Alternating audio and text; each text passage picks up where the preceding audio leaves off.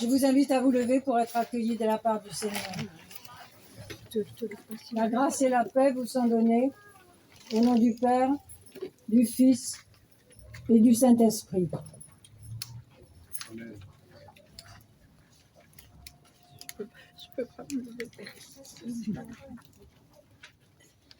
Père, nous voici en ce jour rassemblés, jour de joie pour ton Église. Donne-nous ton Saint-Esprit comme tu l'as promis. Qu'il se saisisse de chacun d'entre nous et nous saurons découvrir dans le monde les signes de ta présence. Qu'il bouscule notre façon de vivre et de penser, et avec lui, nous ferons toutes choses nouvelles. Vienne le jour où la terre proclamera Jésus-Christ est Seigneur, à la gloire de Dieu le Père. Amen. Et je vous invite à chanter, à prendre sur vos feuilles le cantique, le psaume 134, « Bénissons Dieu, le seul Seigneur », les 3 strophes de ce cantique.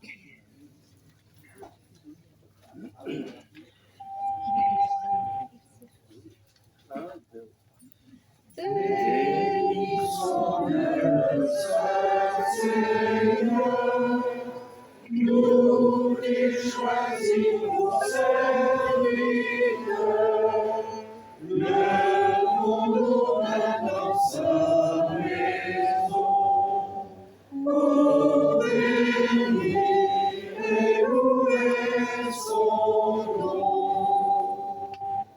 Ne cessons pas de le prier, le demandons pour le monde entier, pour tous ceux qui le chercheront. La paix qui nous vient de Sion, gloire à Dieu notre Créateur, gloire à l'Esprit consolateur, au Fils unique Jésus-Christ, ô Dieu sauveur qui nous bénit. Je vous invite à vous asseoir.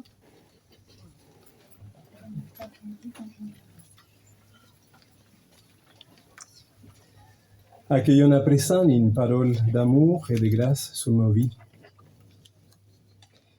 C'est pas un esprit de timidité que Dieu nous a donné, mais un esprit de force, d'amour et de sagesse. N'aie donc pas honte de rendre témoignage à notre Seigneur. Compte sur la puissance de Dieu. C'est lui qui nous a sauvés. Il nous a appelés à être son peuple, non à cause des œuvres que nous avons accomplies, mais à cause de son propre plan et de sa grâce accordée en Jésus-Christ. Recevons la grâce que Dieu offre à tous, sans condition, sans exception, sans distinction, sans contrainte. La grâce d'être en vie. La grâce d'avoir envie de vivre, envie de croire la bonne nouvelle pour nous tous qui sommes ses enfants.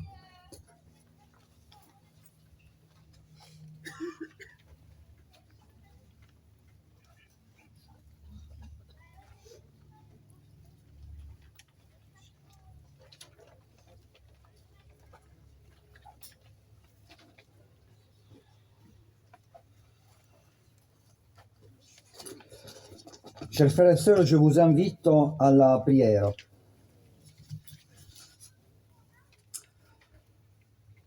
Dieu notre Père, merci, merci pour ta grâce, pour cet amour qui nous accueille, pour ce pardon qui nous relève.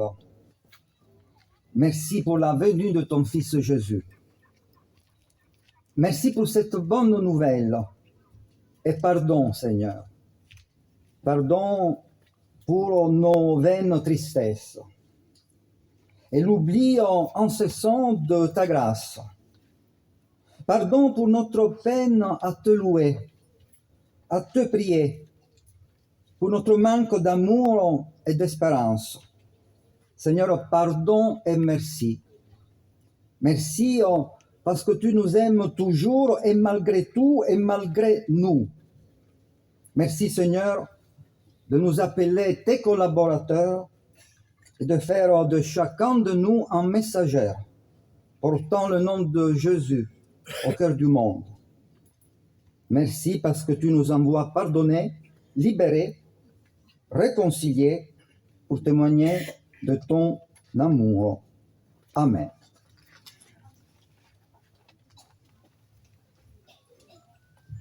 Et nous nous levons pour chanter « Cherchez d'abord le royaume des cieux ». Alléluia.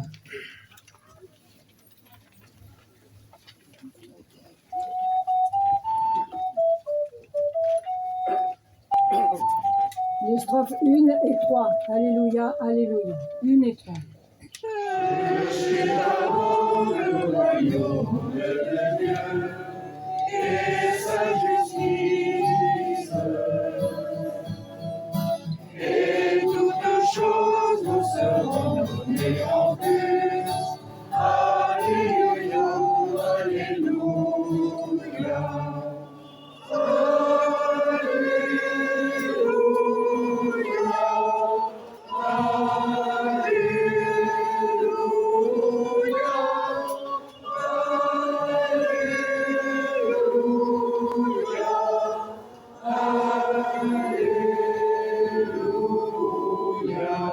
Troisième. Asseyez-vous.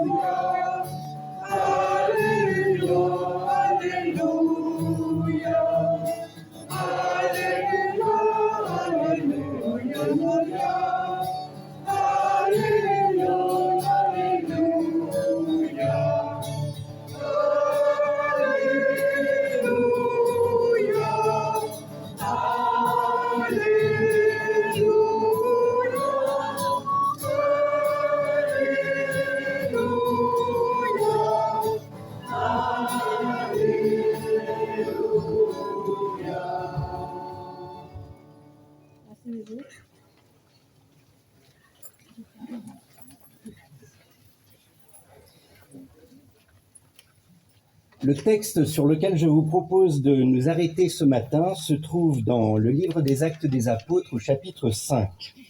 Les disciples, les apôtres viennent d'être incarcérés. Ils se sont miraculeusement libérés de leur prison et aussitôt libres, ils se mettent à réannoncer le Christ dans leur prédication. Ceci met en rage le Sanhédrin qui les fait comparaître devant lui. Je vous expliquerai ou je vous rappellerai ce qu'est le Sanhédrin dans un instant. Et ça donne ce fait divers, cette anicroche, cette anecdote qui va devenir importante dans l'histoire du christianisme, ce dialogue difficile. Après avoir ramené les apôtres, ils les firent comparaître devant le conseil et le grand prêtre, se mit à les accuser. Il leur dit: nous vous avions sévèrement défendu d'enseigner au nom de cet homme, et vous, qu'avez-vous fait? Vous avez répandu votre enseignement dans toute la ville de Jérusalem, et vous voulez faire retomber sur nous les conséquences de sa mort. Pierre et les autres apôtres répondirent: il faut obéir à Dieu plutôt qu'aux hommes. Le Dieu de nos ancêtres a rendu la vie à ce Jésus que vous avez fait mourir, à ce Jésus que Dieu l'a élevé sur la croix et l'a établi comme chef et sauveur pour donner l'occasion au peuple d'Israël de changer de comportement et de recevoir le pardon de ses péchés. La situation continue de s'envenimer. L'un des pharisiens nommé Gamaliel recommande de ne pas faire de vagues, et c'est ce qui se passe, de sorte que les apôtres s'en sortent assez bien pour cet épisode. Il vaut mieux obéir à Dieu qu'aux hommes. Voilà ce que, en 10 minutes chrono, puisque Denise m'a dit tu as 10 minutes, je vais essayer de commenter pour vous en reparlant rapidement de la situation de départ, de la situation telle qu'elle se présentait pour les pasteurs dont nous commémorons ici la captivité, la longue captivité, et pour nous.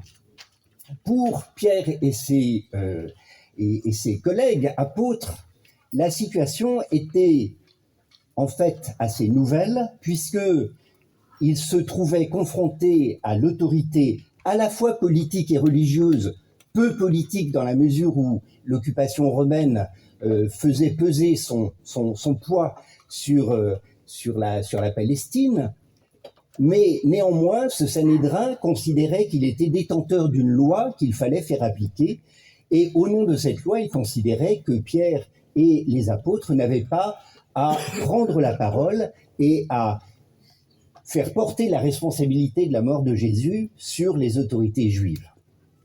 Cette autorité politico-religieuse, elle est en quelque sorte défiée par la prédication de ces jeunes apôtres frais et moulus, commençant leur prédication et désireux dans leur enthousiasme de faire passer leur message, et ils décident de transgresser l'interdiction qu'il aurait faite. Il vaut mieux obéir à Dieu qu'aux hommes.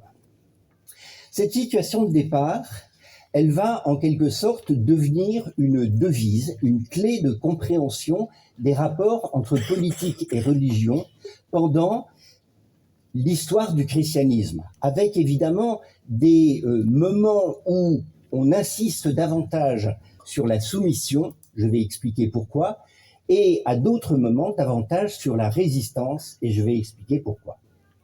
La soumission, c'est d'abord la reconnaissance du fait que le monde dans lequel nous habitons est la création de Dieu, voulue par Dieu, qu'il n'est pas question d'y échapper, qu'il s'agit de l'habiter positivement, et par conséquent de reconnaître la légitimité des autorités politiques qui sont nécessaires au fonctionnement de la société. C'est le principe rappelé par l'apôtre Paul, « Soyez soumis aux autorités », et pour lui, les autorités viennent de Dieu.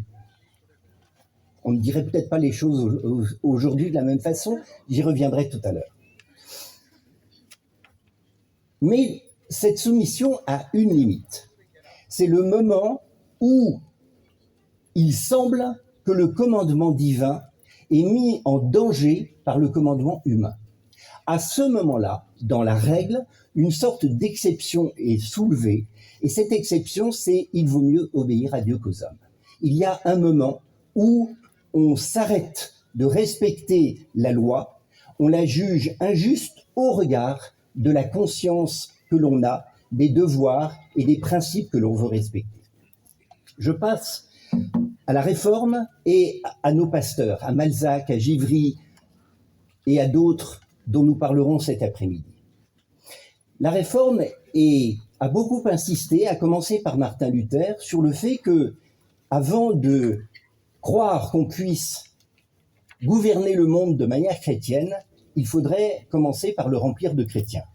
Autrement dit, vaste tâche, autant s'en tenir à l'idée selon laquelle la loi du monde, la loi de la société, ne fonctionne pas selon les mêmes critères que la loi divine ou que la grâce divine.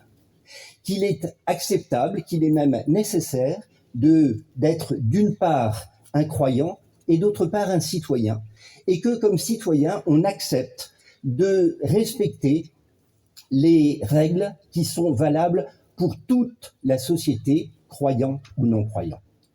Ce principe de séparation entre ce qu'on appelle alors le règne de Dieu ou le règne et le règne du monde, ce principe s'applique aussi aux pasteurs avant la révocation de l'édit de Nantes et encore après, et c'est du reste la raison pour laquelle la plupart d'entre eux, ceux qui ne se sont pas convertis au catholicisme, ont déféré à l'injonction de quitter le royaume de France que Louis XIV leur faisait en révoquant l'édit de Nantes. Ils n'avaient plus le droit de rester comme pasteurs en France, ils ont obéi. Mais certains d'entre eux, après quelques années d'obéissance, se sont rendus compte qu'il en allait justement de l'obéissance à Dieu, de désobéir au pouvoir. Et donc, ils ont considéré comme indispensable de revenir en France pour habiter leur ministère pastoral au risque de mourir ou au risque d'être en captivité, comme c'est le cas de ceux dont nous parlons.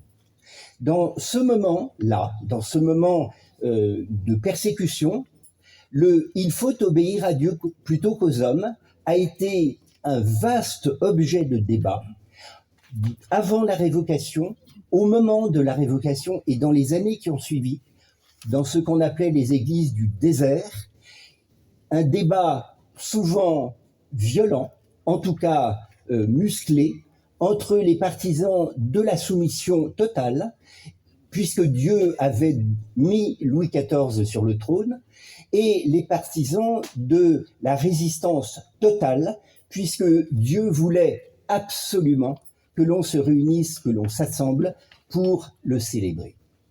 Cette période est terminée et nous en venons au troisième moment de cette prédication, qui est nous-mêmes, qui ne sommes plus exactement en train de dire les choses dans les mêmes termes, dès lors que nous ne pensons pas obéir à Dieu plutôt qu'aux hommes, mais obéir à un certain nombre de valeurs dont nous sommes convaincus qu'elles sont indispensables à la vie humaine, à la vie en collectivité.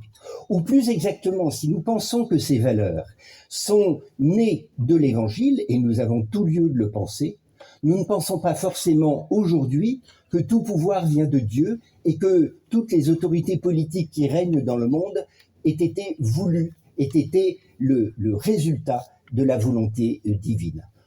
Du moins, je ne le pense pas. Dans cette configuration, et ce sera mon dernier mot, dans cette configuration, il me semble que nous avons le devoir en permanence de tenir ensemble ces deux pôles de la résistance et de la soumission, de la reconnaissance de la légitimité du pouvoir politique, mais aussi de la vigilance à son égard, de l'esprit critique qu'il faut déployer sans cesse à son égard, dès lors que les valeurs dont nous pensons, à raison, qu'elles trouvent leur racine dans l'Évangile, dès lors que nous pensons que ces valeurs sont menacées. Et elles le sont souvent. Il y a donc lieu de nous en tenir à cet état de veille qui nous permet d'être à la fois pleinement des citoyens et pleinement des chrétiens. Amen.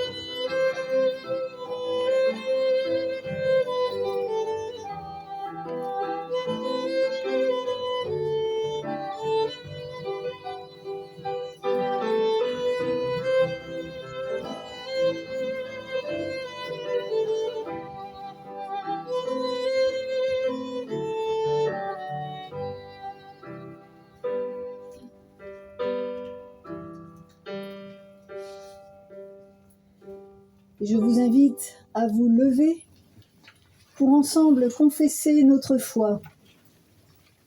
Vous trouverez le texte dans les petits livrets et nous prenons cette confession de foi de Charles Monod. Oui, je vois et j'attends une église, mon église, où la joie de tous est de se retrouver ensemble chaque dimanche pour louer Dieu ensemble, et ensemble recevoir de Dieu, comme aussi les uns des autres, les indications pour le témoignage de la semaine. Veillons à rester ensemble. Je vois et j'attends une église, mon église, où nous portons le souci les uns des autres, des solitaires, des vieillards, des faibles à soutenir, des jeunes à entraîner et à guider, où chacun reste présent à l'autre, ne serait-ce que par un sourire. Veillons à rester proches des autres. Je vois et j'attends une église, mon église, où sont portés et pensés les problèmes de ce pauvre monde. Ce monde qui est mon prochain, dans ses haines, ses révoltes, ses sottises et ses larmes. Une église qui réfléchit pour mieux témoigner et qui prie pour mieux servir. Une église ouverte aux détresses du monde. Je vois et j'attends une église, mon église, qui soit reflet de l'amour de son Sauveur, où l'on s'aime sans gré, se soutient et se pardonne, où l'on se supporte et on s'accepte tel qu'on est, afin de devenir autre, ensemble, à l'image de son Seigneur, une église de frères et sœurs. Je vois et j'attends une église, mon église, où chacun et moi-même disons oui. Oui à notre baptême et à la grâce offerte. Oui à la présence de Dieu et à son appel. Oui à Jésus-Christ et à sa convocation de maître ouvrier, au milieu des ouvriers de son royaume. Là, autour de sa table, une église d'ouvriers.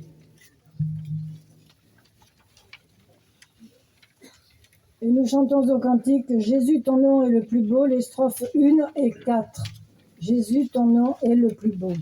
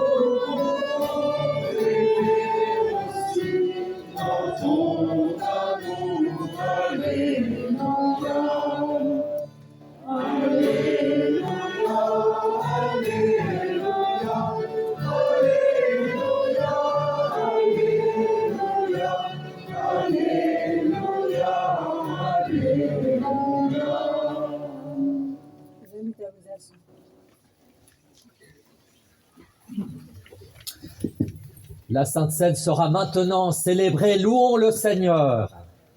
Sois béni, Dieu notre Père, toi qui es le Dieu de notre espérance. Sois béni pour Jésus de Nazareth et pour son royaume de justice, de paix et d'amour. Sois béni pour l'Esprit Saint qui nous appelle, nous invite et nous sanctifie. Avec lui et avec l'Église universelle et la grande nuée des témoins, nous proclamons « Saint, Saint, Saint est le Seigneur ! Le ciel et la terre sont remplis de ta gloire. Hosanna au plus haut des cieux. »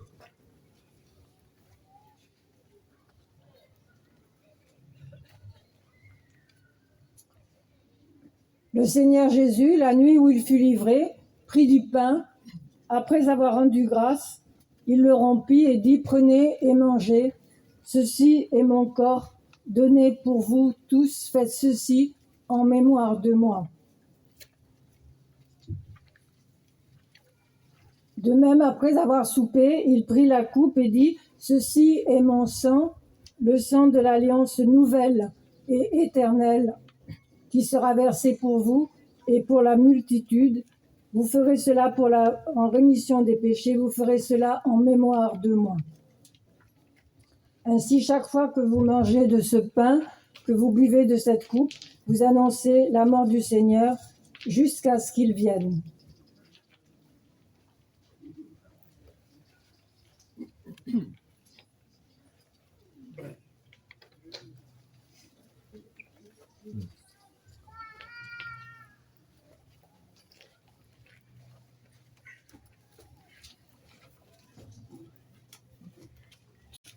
Inclinons nos têtes et prions pour cette intercession. Envoie ton Saint-Esprit sur notre monde, Seigneur. Nous te prions pour tous les pays qui connaissent les conflits, en particulier pour Gaza, pour la Palestine, pour Israël, pour l'Ukraine, pour la Russie et les nombreux pays d'Afrique et d'Asie. Nous te prions, Seigneur, pour les victimes des bombardements, la famine, les victimes qui souffrent de la peur, du deuil, de la solitude. Seigneur, pour ceux qui sont emprisonnés, torturés à cause de leur foi, à cause de leur témoignage, à cause de leur engagement pour la vérité. Nous te prions, Seigneur, pour les responsables des pays, qu'ils trouvent un chemin d'avenir, d'espérance et de paix. Merci pour tous ceux qui s'engagent pour un monde plus juste et plus fraternel.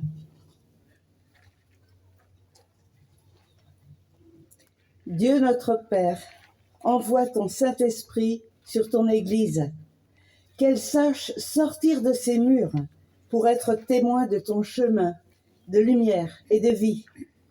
Nous te prions pour les paroisses et pour les communautés que nous représentons ici. Nous te confions les responsables et les fidèles, les anciens et les jeunes. Rends-nous audacieux dans l'annonce de ta bonne nouvelle.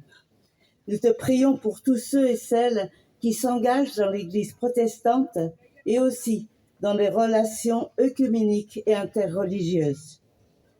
Que ce qui nous unit soit toujours beaucoup plus fort que ce qui nous sépare.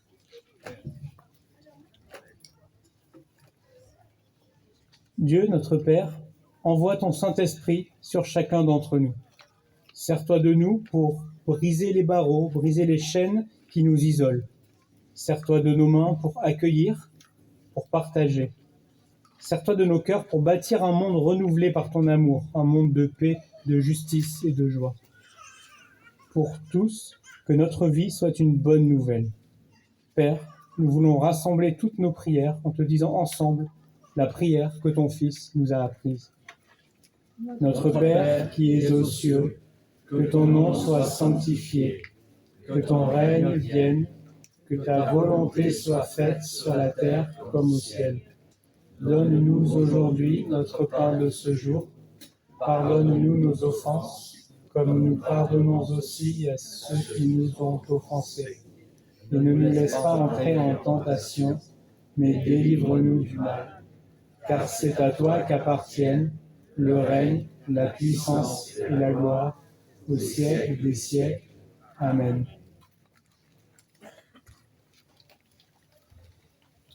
Dieu notre Père, tu es la source de la vie, tu es la source de l'amour. Voici le pain et la coupe. Envoie sur nous ton Esprit Saint et que ton souffle vivant nous donne maintenant communion au corps et au sang de ton Fils, Jésus-Christ.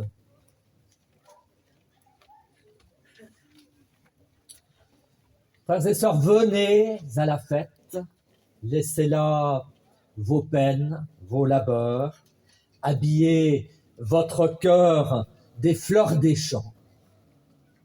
Pourquoi pas? Venez tous à la fête, car nous avons une joyeuse nouvelle à partager. Allez, venez tous à la fête de la vie, car nous étions morts et nous sommes vivants. Et c'est le Seigneur lui-même qui vous accueille à cette table. Ce n'est pas une église particulière, aussi que chacun réponde librement dans son cœur. Je le répète, venez tous à la fête, car vous le voyez, vraiment, tout est prêt.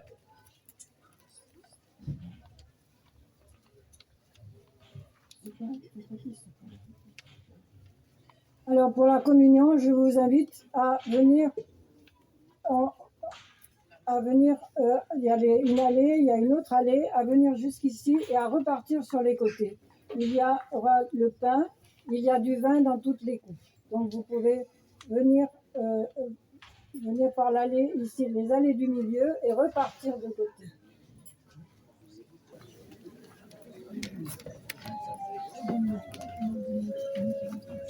Comme ça, oui, allez.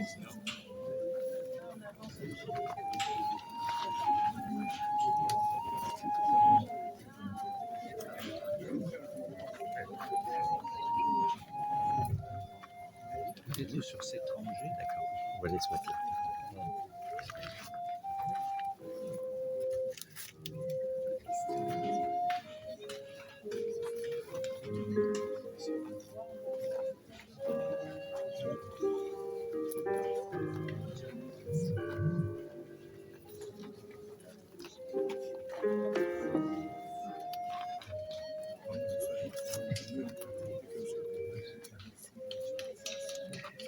Nous invitons les choristes à se préparer pour chanter le cantique qui est prévu pendant la scène.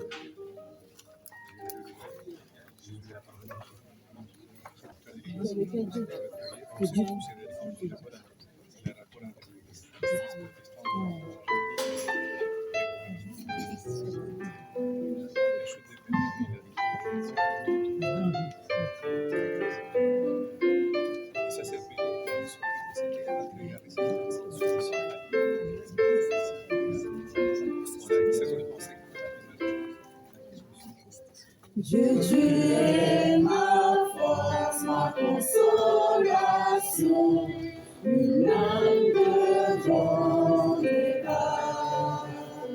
Ta gloire triomphe de l'ouragan, remporter le combat.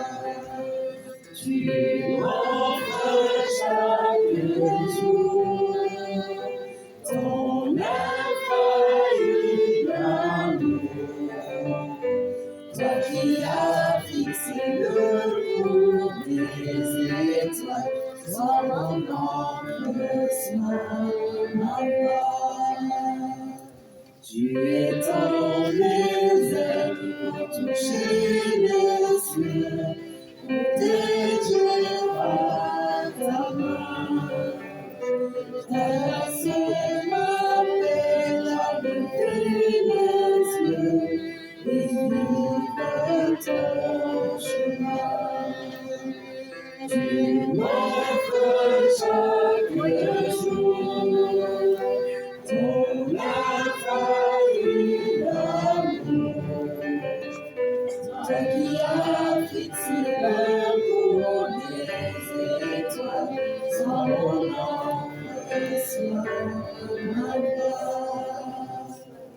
Ta miséricorde coule de la croix, ton sang m'a racheté. Tout ce que je suis me vient de toi, sans toi je te loue. Tu m'offres chaque jour ton infaillible amour, toi qui as fixé le cours des étoiles, sois mon ange, sois ma voix.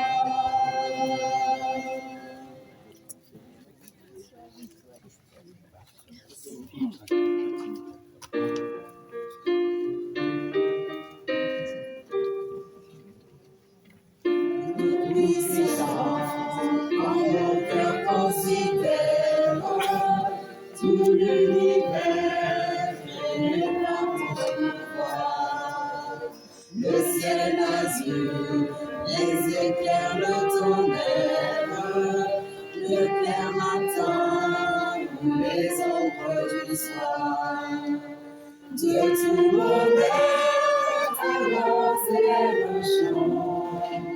Dieu tout-puissant, Tout mon être annonce le chant. Dieu Tout-Puissant, que tu es grand. Quand par les bois ou la forêt profonde, j'entends joyeux tous les oiseaux chanter. Quand sur les monts, la source avec son onde, vivants et filles, son chant doux et léger. Mon cœur heureux s'écrie à chaque instant.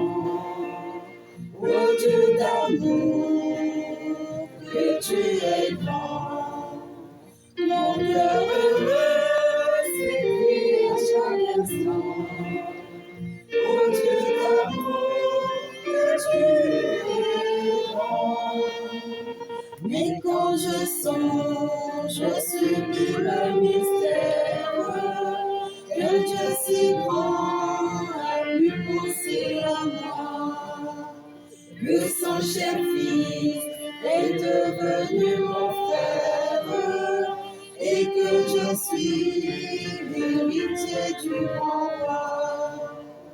Alors mon cœur me dit la nuit le jour que tu es bon, ô Dieu d'amour. Alors mon cœur me dit la nuit le jour que tu es bon, ô Dieu d'amour. Oh mon sauveur, éclatant de lumière, se lèvera de son trône éternel. Et que le sang, les douleurs de la terre, je pourrai voir les splendeurs de son ciel. Je redirai dans son séjour, rien n'est plus grand que ton amour. Je redirai dans son séjour. Rien n'est plus grand que ton amour.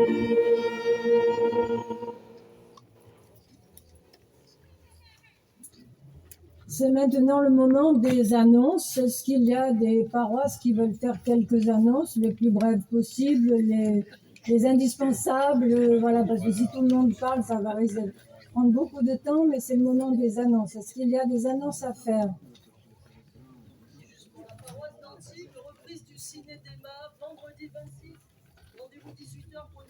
Reprise du ciné-débat le vendredi 26. Voilà. Est-ce qu'il y a d'autres annonces à faire? Oui. Aussi de la part, en tout cas ça se vit à la paroisse d'Antibes, mais c'est un événement pour toute notre Église. Dimanche prochain, la reconnaissance de ministère du pasteur Farah. Donc c'est à 10h15 au temple d'Antibes.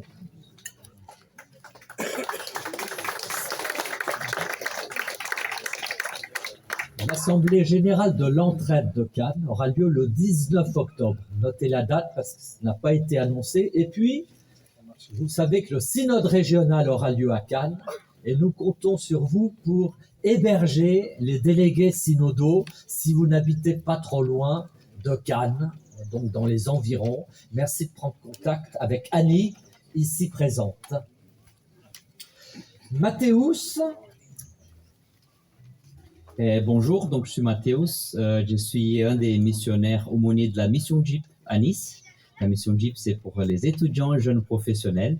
Et donc, pour marquer notre rentrée, nous célébrerons une fête le lundi 29 à 19h à l'église de la Transfiguration. Vous êtes tous et toutes conviés pour découvrir ce que nous faisons et au-delà des jeunes adultes, bien sûr. Et aussi, avec les jeunes, nous célébrerons un culte au temple de Nice Saint-Esprit le 12 octobre, donc à 10h15. Et donc là, ça sera aussi un plaisir de vous accueillir. Et sinon, trouvez la mission JIP Nice sur les réseaux sociaux pour avoir plus d'informations. Merci beaucoup.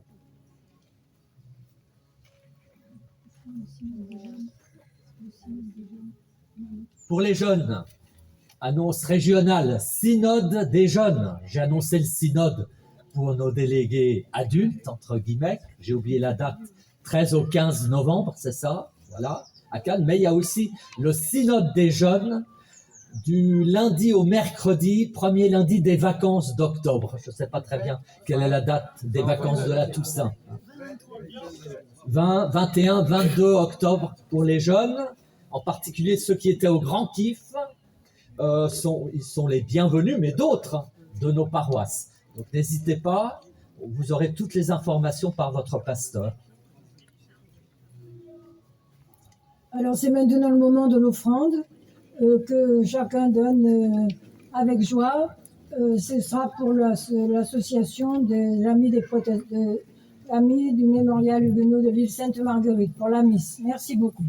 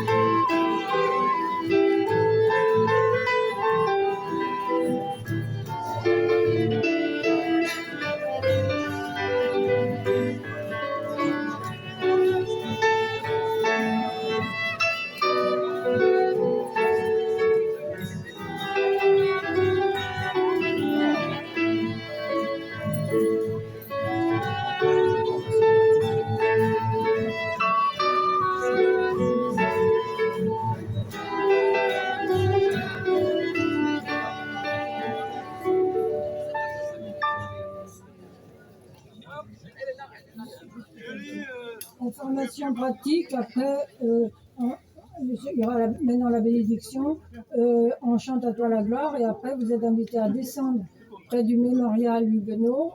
Il y aura donc le dévoilement de la plaque et puis il y aura une petite cérémonie, un rafraîchissement sera offert et on revient ici, après il y aura le pique-nique ici pour tous ceux qui veulent et puis la conférence de Hubert Boss sera à partir de 14h ici même. Voilà, merci. Frères et sœurs, je vous invite à vous lever pour recevoir la bénédiction de la part de Dieu. Mais avant cela, je tiens à saluer les pasteurs d'autres églises, notamment de Nice, qui sont avec nous aujourd'hui. Donc, merci de votre présence. C'est vraiment un signe de communion concrète. Nous sommes tous chez nous dans ces lieux de mémoire et nous cheminons ensemble pour le témoignage de l'Évangile. Dit l'Épître au Timothée, n'aie pas honte de rendre témoignage à notre Seigneur. Compte sur la puissance de Dieu. Tiens bon dans la foi et l'amour que nous avons dans l'union avec Jésus-Christ, avec l'aide de l'Esprit Saint qui habite en nous. Recevons la bénédiction de la part de Dieu. Le Seigneur vous bénit et vous garde. Le Seigneur fait resplendir sur vous sa lumière et vous accorde sa grâce. Le Seigneur tourne sa face vers vous et vous donne la paix. Que le Dieu de la paix, de l'amour et de l'espérance vous bénisse, le Père, le Fils et le Saint-Esprit. Amen. Et nous chantons ensemble à toi la gloire.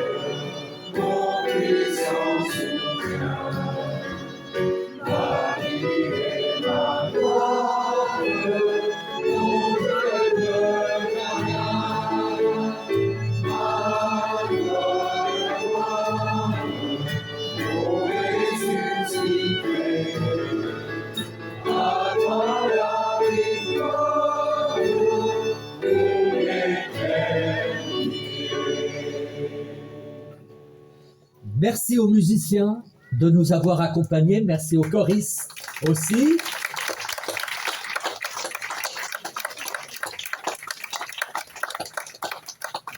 Et le dévoilement de la plaque se fera donc juste de ce côté-ci, sur le mur du musée de la mer et donc du mémorial huguenot.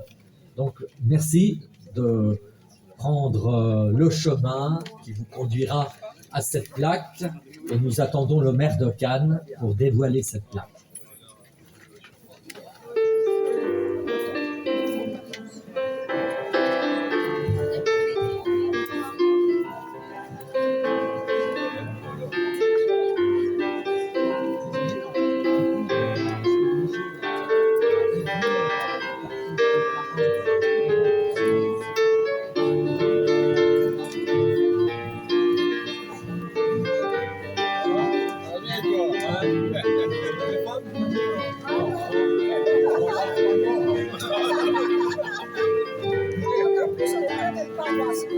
Ah, pardon.